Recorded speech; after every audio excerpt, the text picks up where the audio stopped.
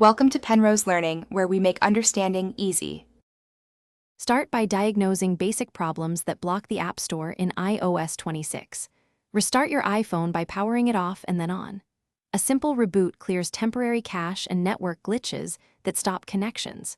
Check Apple system status for App Store issues with iOS 26. This shows regional outages or service incidents you cannot fix locally.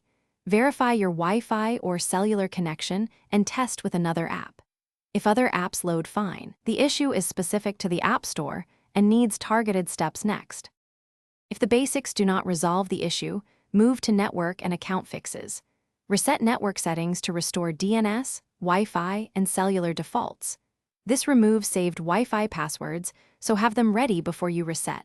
Sign out of your Apple ID in settings and sign back in. Reauthentication often restores App Store access by refreshing tokens. Update to the latest iOS 26 version to fix known App Store bugs. Software updates include server and TLS improvements that restore secure connections.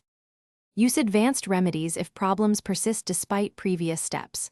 Force close the App Store and clear its cached background tasks. On iPhone, swipe up from the bottom and dismiss the app card. Temporarily switch to a mobile hotspot with at least 5 Mbps speed. This helps isolate carrier or router issues affecting app downloads.